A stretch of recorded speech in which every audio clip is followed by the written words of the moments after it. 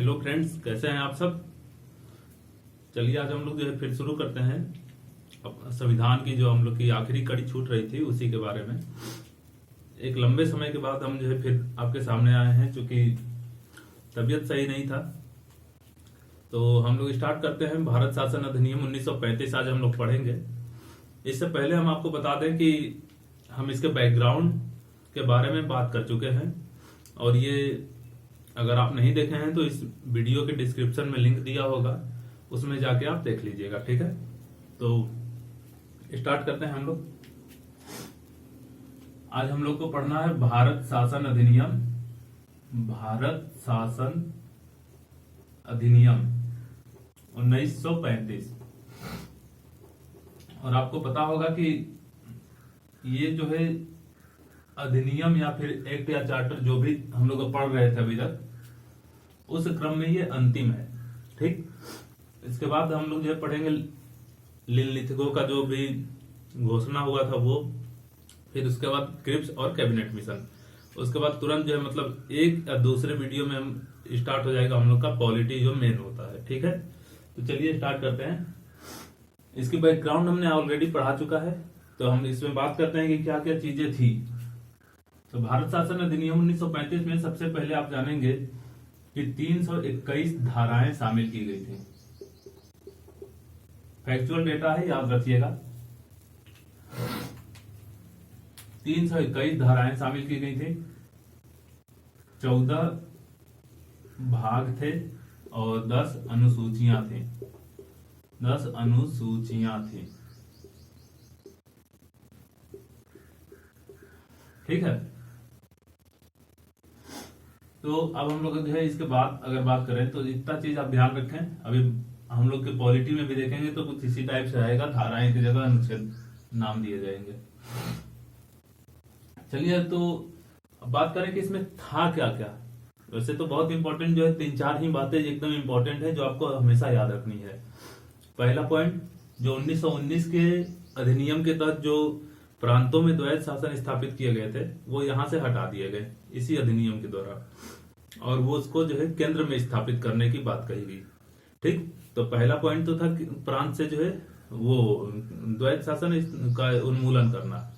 ठीक, दूसरी जो बात थी वो ये थी कि जो है अखिल संघ का एक जो है कॉन्सेप्ट लाया गया कि पूरे भारत में एक संघ का निर्माण किया जाएगा।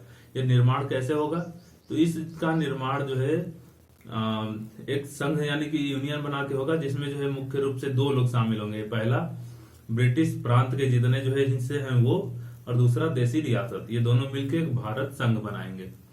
लेकिन ये चूंकि कभी अस्तित्व में आया ही नहीं, देसी रियासतों ने इसमें मिलने से मना कर दिया। ठीक, लेकिन चूंकि इसके अधीन जो है कुछ और बातें आई थी कि जब ये संघ बनेगा तो संघ बनने के बाद जो है वो 3 सूचियां बांटी गई थी, संघ सूची, समवर्ती सूची और राज्य सूची, जिसको हम लोग आज भी अपने संविधान में देखते हैं। ठीक, विषय भी बांटे गए थे कि संघ सूची में 59 विषय होंगे, राज्य सूची में 54 विषय होंगे और समवर्ती सूची में 36 विषय होंगे। अवशिष्ट शक्तियां भी प्रदान कर दी गई गवर्नर जनरल को कि अवशिष्ट शक्तियां जो है गवर्नर जनरल के पास होंगी। तो ऐसे ऐसे जो है चीजें लाई गई थी। ठीक, आपको ध्यान रखना है 2 पॉइंट। पहली, प्रांतों से द्वैध शासन समाप्त कर दिया गया, और इसको कहां पे लागू किया गया, केंद्र में। तो ये सवाल पूछा जाता है, पूछेगा प्रांतों में द्वैध शासन कब, तो 1919 के तहत। केंद्र में द्वैध शासन किसके तहत, तो 1935 के तहत केंद्र में इसे लागू किया गया। ठीक है, पहली पॉइंट। दूसरी पॉइंट, अखिल भारतीय संघ।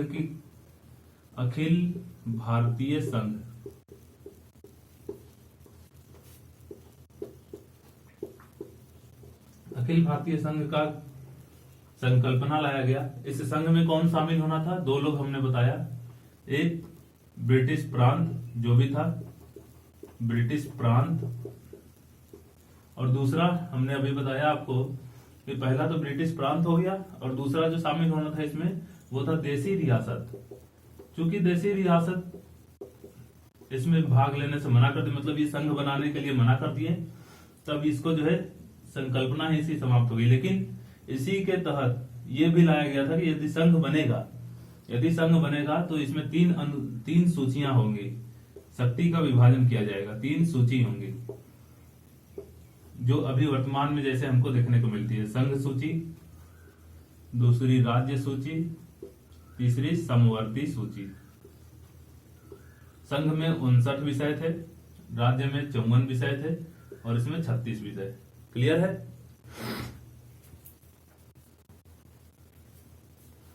तो ये सब बातें जो है आप ध्यान रखेंगे। तो प्रांतों में द्वैध शासन समाप्त करके क्या स्थापित किया गया था, आपको बता दें यहीं पे, प्रांतों में द्वैध शासन हटा के उत्तरदायित्व शासन लाया गया था। उत्तरदायित्व शासन का मतलब कि जो है गवर्नर जनरल जो होगा वो मंत्रिमंडल के सलाह से काम करेगा, मंत्रिमंडल के। और ये मंत्रिमंडल किसकी होगी? तो ये भारतीय मंत्रियों की एक मंत्रिमंडल होगी। तो अब ये बात उठी कि भाई भारतीय मंत्री कैसे होंगे, तो इसके लिए एक चुनाव भी करवाया जाएगा। तो इसी अधिनियम के तहत 1937 में प्रथम आम चुनाव करवाए गए। प्रथम आम चुनाव नहीं, प्रथम चुनाव कहिए, क्योंकि अभी पूरे जो है पूरे भारत में ये नहीं हुआ था। प्रथम चुनाव कराए गए जिसमें से जो है 11 प्रांतों में से 6 प्रांत में कांग्रेस जो है विजयी रही थी, कांग्रेस विजयी हुई थी। याद रखिएगा, बंगाल में कांग्रेस नहीं जीत पाई थी, ये भी ध्यान रखेंगे, क्वेश्चन पूछा हुआ है। कांग्रेस जो है बंगाल में नहीं जीत पाई थी। ठीक है?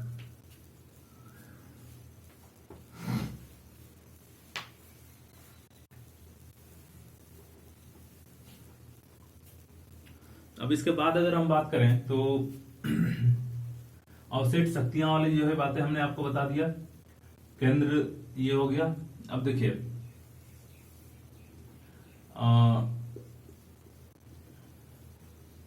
सबसे पहले इसमें हुआ था कि एक आरबीआई की स्थापना की जाएगी। आरबीआई की स्थापना, रिजर्व बैंक। ठीक। दूसरी बात, संघीय न्यायालय की स्थापना की बात की गई। संघीय न्यायालय, इस आरबीआई की स्थापना आपको पता है कि आरबीआई एक्ट 1934 के तहत कब की गई थी? 1 अप्रैल 1935 को की गई थी। 1 अप्रैल 1935 को की गई थी। अच्छा, 1 अप्रैल 1935 को की गई। तो आप ये जानेंगे कि इसकी जो है स्थापना में मुख्य भूमिका निभाया था अंबेडकर ने। अंबेडकर ने मुख्य भूमिका निभाया था। वो कैसे? तो हम आपको बताएं कि इसके स्थापना के लिए जो कमीशन बनाई गई थी जिसका नाम था यंग हिल्टन कमीशन या यंग हिल्टन आयोग कहिए। तो यंग हिल्टन जो कमीशन बनी थी, इसको जो है अपने एक पुस्तक से जो है इन्होंने जो है अंबेडकर ने क्या किया था, अंबेडकर ने अपने एक पुस्तक के द्वारा इनको इंडिया के आर्थिक हालातों के बारे में जो है बताया था। उस पुस्तक का नाम है, मैं लिख दे रहा हूं, देखिएगा ध्यान से, the problem of rupees. The problem of rupees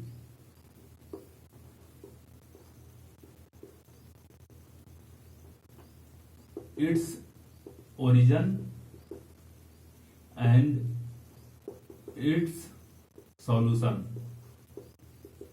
ठीक है, ये उनकी किताब की नाम थी, the problem of rupees its origin and it's solution. ये उनकी बुक की नाम थी। उसी बुक के माध्यम से इन्होंने ये करवाया था। ठीक है, तो इतना चीज आप ध्यान रखेंगे। आरबीआई का बहुत ज्यादा फैक्चुअल डेटा यहाँ से पूछा जा सकता है। तो पहले जो है इसके गवर्नर कौन थे? तो ओ स्मिथ इसके प्रथम जो है गवर्नर थे। ठीक है, और सीटी देशमुख जो थे वो आप जानते हैं कि प्रथम भारतीय गवर्नर थे। ठीक है, इसका राष्ट्रीयकरण कब किया गया था? तो 1 जनवरी 1949 को। ठीक है, तो इतनी बात जो है क्लियर है। अब संघीय न्यायालय की बात करते हैं हम लोग। तो सबसे पहले जो है संघीय न्यायालय आप देखेंगे अगर तो, अच्छा, आरबीआई की जो हेडक्वार्टर है वो कहाँ अभी है वर्तमान में? मुंबई। ये भी आप जानते रहे, लेकिन प्रारंभ में कहा थी? मुंबई तो बाद में हुई, प्रारंभ में कलकत्ता में स्थापित की गई थी। कलकत्ता से 1937 में मुंबई में स्थापित ट्रांसफर कर दिया गया था। ठीक है, क्यों किया गया था उसके पीछे भी कारण है, क्योंकि जो है इन लोग को कहीं ना कहीं लग गया था कि जो है भारत से स्थिति हम लोग की गड़बड़ हो रही है और विश्व युद्ध वगैरह भी स्टार्ट होने वाला था। हिटलर का जो है रंग इन लोग को पता चल रहा था हवा उसका देख के। तो ऐसा हुआ कि इनकी जो भी आर्थिक पकड़ थी वो जो है इन लोग अपने जो है मेन शहर में ला दिए, मुंबई में, ताकि कभी भी जो है पैसे वैसों की जरूरत पड़े तो तुरंत जो है क्या हो, यहाँ से यूरोप के लिए आसानी से भेजा जा सकता था। ठीक है। संघीय न्यायालय जो है इसकी स्थापना की गई 1 अक्टूबर 1937 को। ये भारत में जो है सबसे आखिरी न्यायालय था सुनवाई का, लेकिन इसके ऊपर भी जो है सुनवाई की जा सकती थी। कहाँ? ब्रिटेन में जो है प्रिवी काउंसिल में। प्रिवी काउंसिल एक जो है वो वहां पे न्यायालय है, उसमें जो है इसके अगेंस्ट आप जाके सुनवाई करवा सकते थे। ठीक है। तो 1 अक्टूबर 1937 को संघीय न्यायालय की स्थापना की गई। ये जो है किस एक्ट के तहत? तो इसी एक्ट के तहत। अच्छा, दूसरी बात जो इसमें है, कभी कभी पूछ दिया जाता है कि इसके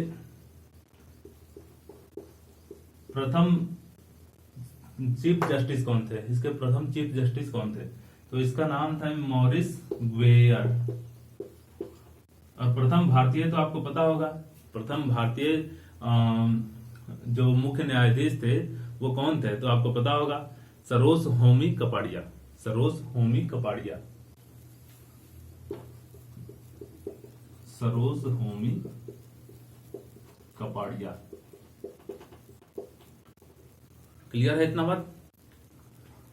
चलिए, इसमें दो मेन पॉइंट तो जो है था, जो ये आपका कुछ इसी टाइप से था, लेकिन इसके आगे की जो है हम लोग अगर बात करें तो कुछ मुख्य बातें और कह सकते हैं, जैसे कि 6 प्रांत में जीता था वो। ठीक है। पहला चुनाव 1937 में हुआ था और 1939 में मंत्रिमंडल जो थे उन्होंने इस्तीफा दे दिया था। मंत्रिमंडल जो था उन्होंने इस्तीफा दे दिया था। तो एक चीज और जाने कि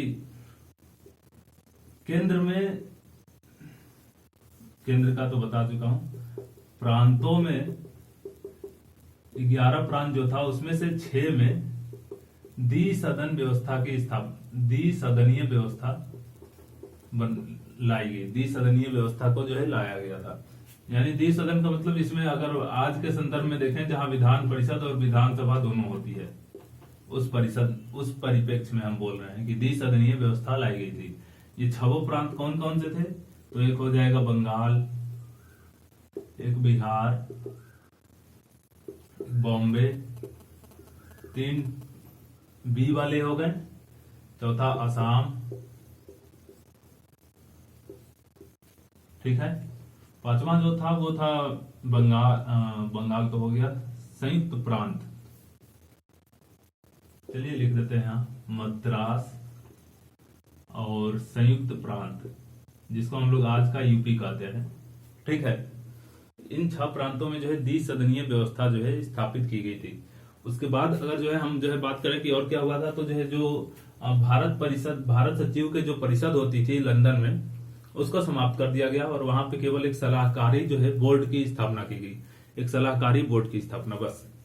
उसके बाद जो आप इंपॉर्टेंट चीज देखेंगे कि यूपीएससी यानी संघ लोक सेवा आयोग का गठन होने के साथ साथ राज्यों में राज्य लोक सेवा आयोग, राज्यों के लिए, हर राज्यों के लिए अलग राज्य लोक सेवा आयोग, SPSC, state PCS service commission, या फिर 2 राज्यों के लिए एक ही आयोग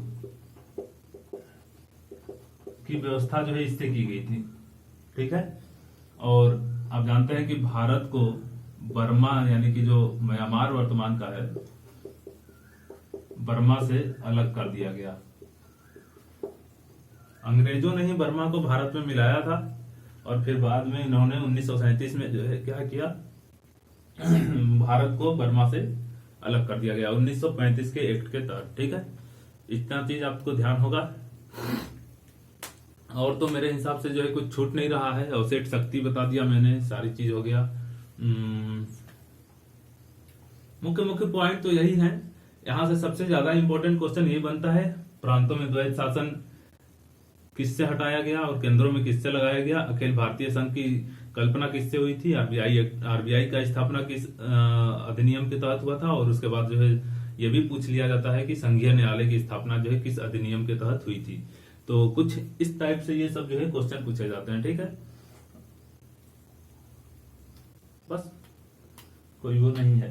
चलिए थैंक यू। फिर हम लोग आगे अपने क्लास में जो पढ़ेंगे वो अब बहुत ही बेहतरीन तरीके से पढ़ेंगे भारत का संविधान, जो आपको एकदम बिल्कुल समझ में आएगा। यहाँ से तो थोड़ा बोरिंग होता है, हर एक्ट में कुछ ना कुछ जो है कमियां होती हैं, उसको सुधारा जाता है, तो कुल ना कहीं सभी चीजें हौच पौच हो जाती हैं, सब एक एक जो है जैसे हो जाते हैं, ठीक है। तो इसको हम लोग जो है पढ़ेंगे, इसके आगे की चीजें वो हम लोग नेक्स्ट वीडियो में बात करेंगे, ठीक है। बाकी इसमें जो है आप कुछ एक्स्ट्रा पढ़ लीजिएगा बुक से, अगर जो है होगा तो आपको मिल जाएंगे, जैसे कि दलित, महिला, इन सबों का जो है क्या हुआ था, एक्स्ट्रा चुनाव का उनको जो है वो दिया गया था कि भाई वो लोग भी अलग सांप्रदायिक चुनाव के आधार पे उनकी जो है व्यवस्था की गई थी, दलित उलित का। तो ये सब जो है मेन कोई वो नहीं था, इंपॉर्टेंट नहीं था, तो इसलिए हमने बताया भी नहीं है, ठीक है। चलिए फिर, धन्यवाद।